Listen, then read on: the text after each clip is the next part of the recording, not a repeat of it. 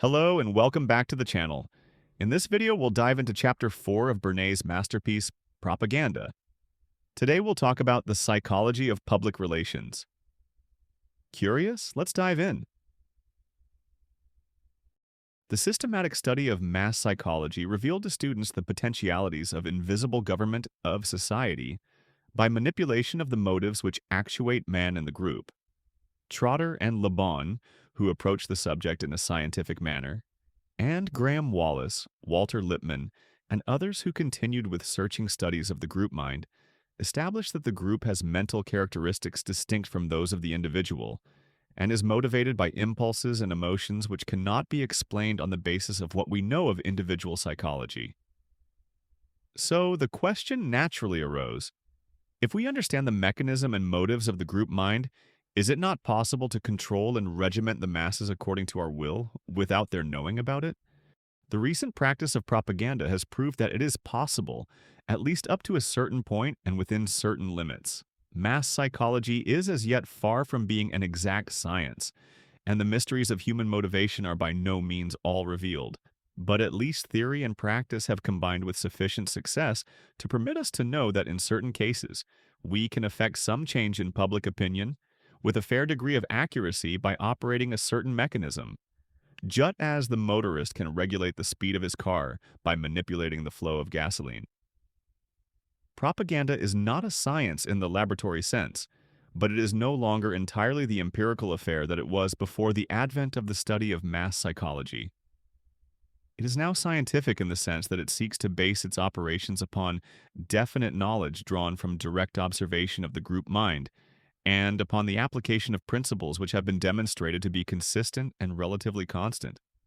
The modern propagandist studies systematically and objectively the material with which he is working in the spirit of the laboratory.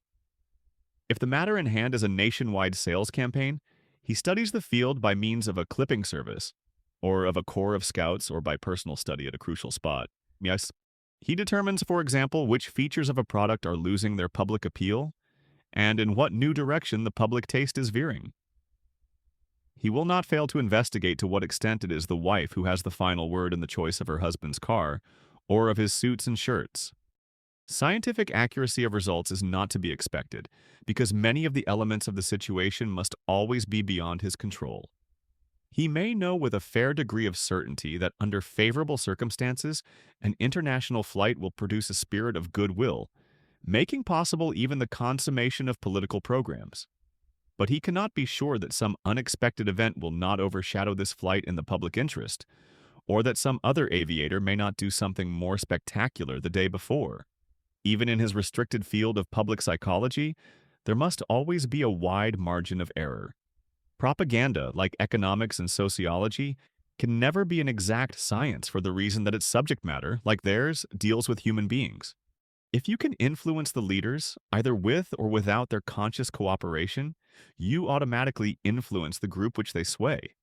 But men do not need to be actually gathered together in a public meeting or in a street riot to be subject to the influences of mass psychology. Because man is by nature gregarious, he feels himself to be member of a herd, even when he is alone in his room with the curtains drawn. His mind retains the patterns which have been stamped on it by the group influences. A man sits in his office deciding what stocks to buy. He imagines, not doubt, that he is planning his purchases according to his own judgment. In actual fact, his judgment is a melange of impressions stamped on his mind by outside influences which unconsciously control his thought.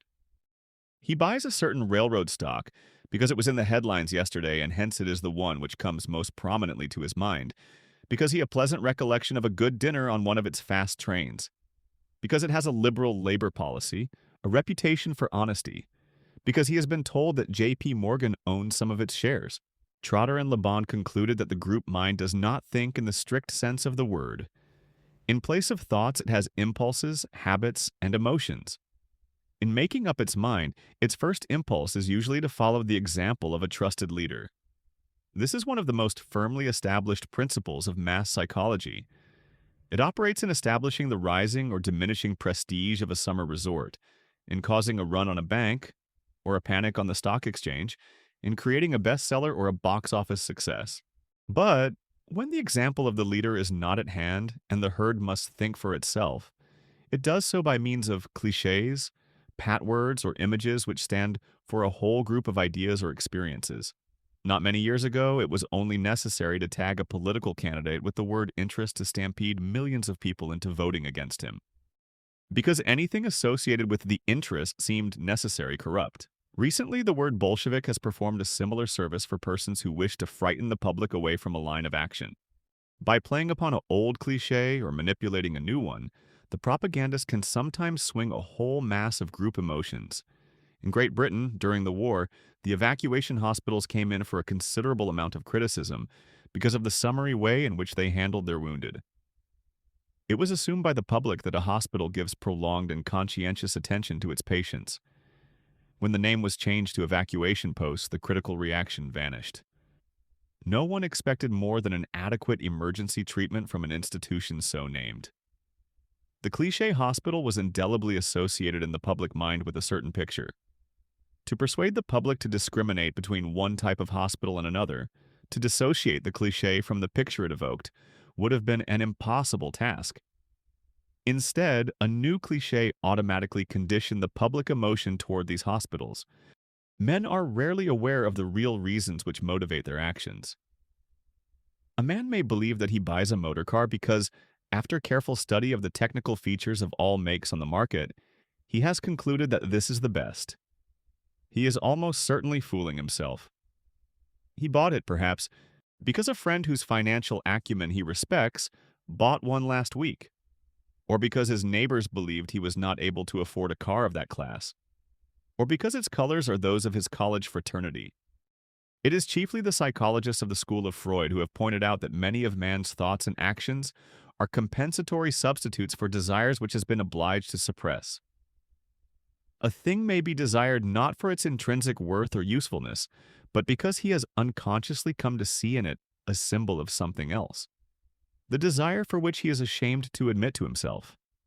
A man buying a car may think he wants it for purposes of locomotion, whereas the fact may be that he would really prefer not to be burdened with it, and would rather walk for the sake of his health.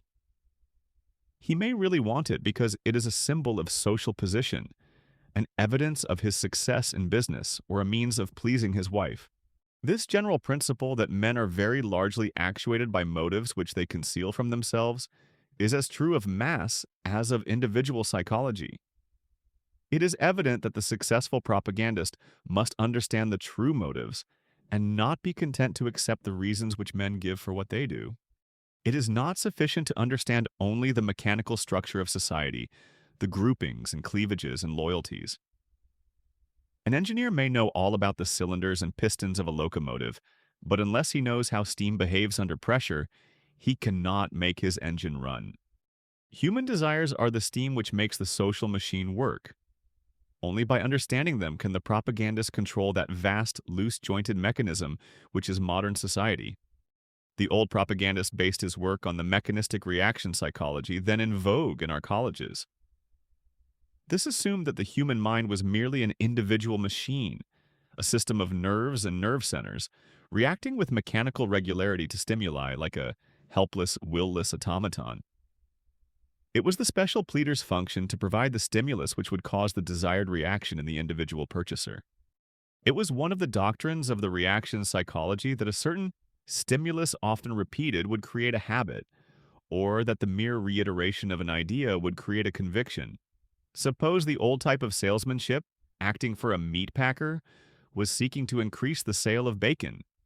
It would reiterate innumerable times in full-page advertisements. Eat more bacon. Eat bacon because it is cheap, because it is good, because it gives you reserve energy.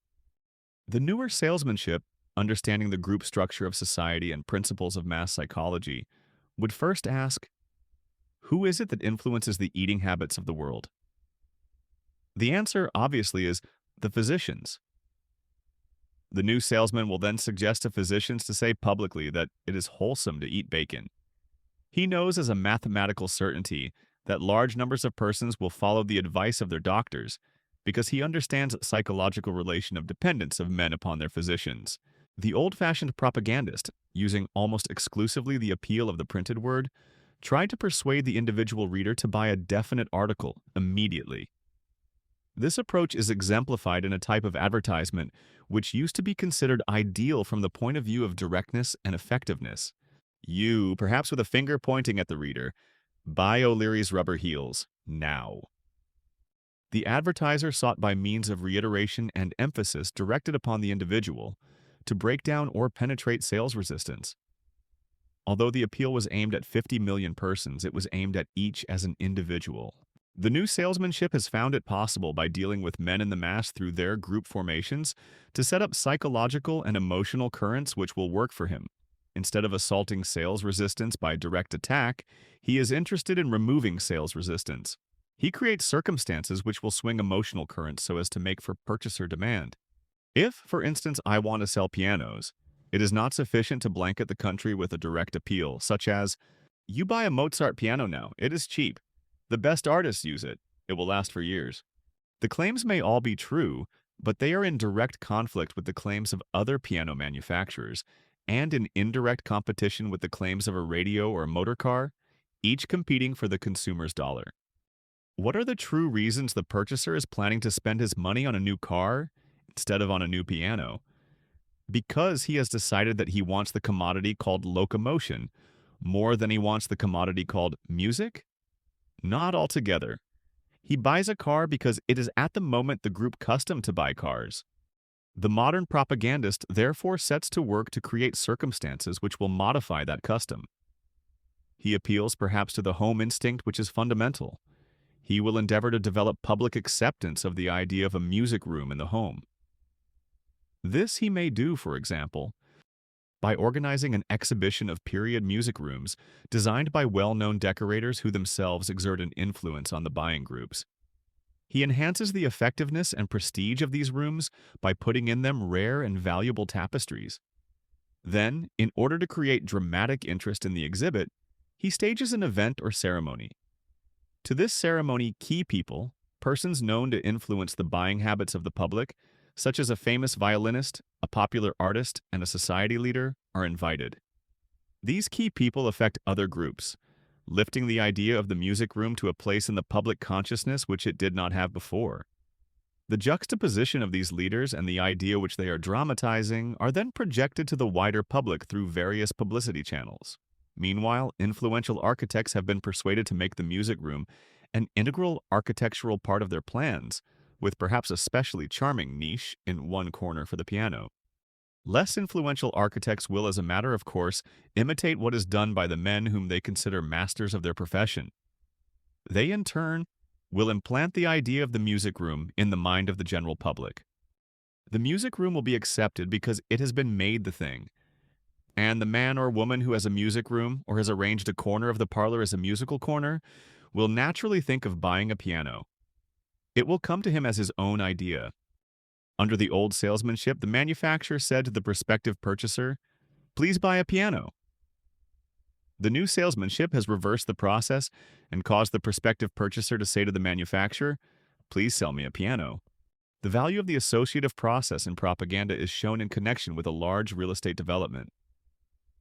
To emphasize that Jackson Heights was socially desirable, every attempt was made to produce this associative process.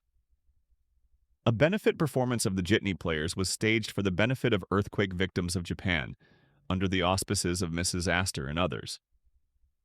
The social advantages of the place were projected. A golf course was laid out and a clubhouse planned. When the post office was opened, the Public Relations Council attempted to use it as a focus for national interest and discovered that its opening fell coincident with a date important in the annals of the American Postal Service. This was then made the basis of the opening. When an attempt was made to show the public the beauty of the apartments, a competition was held among interior decorators for the best furnished apartment in Jackson Heights. An important committee of judges decided. This competition drew the approval of well-known authorities, as well as the interest of millions, who were made cognizant of it through newspaper and magazine and other publicity, with the effect of building up definitely the prestige of the development. One of the most effective methods is the utilization of the group formation of modern society in order to spread ideas. An example of this is the nationwide competitions for sculpture in ivory soap, open to school children in certain age groups as well as professional sculptors. A sculptor of national reputation found ivory soap an excellent medium for sculpture. The Procter & Gamble company offered a series of prizes for the best sculpture in white soap. The contest was held under the auspices of the Art Center in New York City, an organization of high standing in the art world. School superintendents and teachers throughout the country were glad to encourage the movement as an educational aid for schools. Practice among school children as part of their art courses was stimulated. Contests were held between schools, between school districts and cities. Ivory soap was adaptable for sculpturing in the homes because mothers saved the shavings and the imperfect efforts for laundry purposes. The work itself was clean. The best pieces are selected from the local competitions for entry in the national contest. This is held annually at an important art gallery in New York, whose prestige with that of the distinguished judges establishes the contest as a serious art event. In the first of these national competitions, about 500 pieces of sculpture were entered. In the third, 2,500, and in the fourth, more than 4,000. If the carefully selected pieces were so numerous, it is evident that a vast number were sculptured during the year, and that a much greater number must have been made for practice purposes. The goodwill was greatly enhanced by the fact that this soap had become not merely the concern of the housewife, but also a matter of personal and intimate interest to her children. A number of familiar psychological motives were set in motion in the carrying out of this campaign. The aesthetic, the competitive, the gregarious, much of the sculpturing was done in school groups. The snobbish, the impulse to follow the example of a recognized leader. The exhibitionist, and last but by no means least, the maternal. All these motives and group habits were put in concerted motion by the simple machinery of group leadership and authority. As if actuated by the pressure of a button, people began working for the sake of the gratification obtained in the sculpture work itself. This point is most important in successful propaganda work. The leaders who lend their authority to any propaganda campaign will do so only if it can be made to touch their own interests. There must be a disinterested aspect of the propagandist's activities. In other words, it is one of the functions of the Public Relations Counsel to discover at what points his client's interests coincide with those of other individuals or groups. In the case of the soap sculpture competition, the distinguished artists and educators who sponsored the idea were glad to lend their services and their names because the competitions really promoted an interest which they had at heart: the cultivation of the aesthetic impulse among the younger generation. Such coincidence and overlapping of interests is as infinite as the interlacing of group formations themselves. For example, a railway wishes to develop its business. The Council on Public Relations makes a survey to discover at what points its interests coincide with those of its prospective customers. The company then establishes relations with chambers of commerce along its right-of-way and assists them in developing their communities. It helps them to secure new plants and industries for the town. It facilitates business through the dissemination of technical information. It is not merely a case of bestowing favors in the hope of receiving favors. These activities of the railroad, besides creating goodwill, actually promote growth on its right-of-way. The interests of the railroad and the communities through which it passes mutually interact and feed one another. In the same way, a bank institutes an investment service for the benefit of its customers in order that the latter may have more money to deposit with the bank. Or a jewelry concern develops an insurance department to insure the jewels it sells, in order to make the purchaser feel greater security in buying jewels. Or a baking company establishes an information service suggesting recipes for bread to encourage new uses for bread in the home. The ideas of the new propaganda are predicated on sound psychology based on enlightened self-interest. I have tried in these chapters to explain the place of propaganda in modern American life and something of the methods by which it operates. To tell the why, the what, the who and the how of the invisible government, which dictates our thoughts, directs our feelings, and controls our actions. In the following chapters, I shall try to show how propaganda functions in specific departments of group activity, to suggest some of the further ways in which it may operate. If you enjoyed this video, you might want to check the books available in our link in the description. There you'll find many fundamental marketing books in different languages, and don't forget to subscribe to the channel for more persuasion-related content. See you in the next one.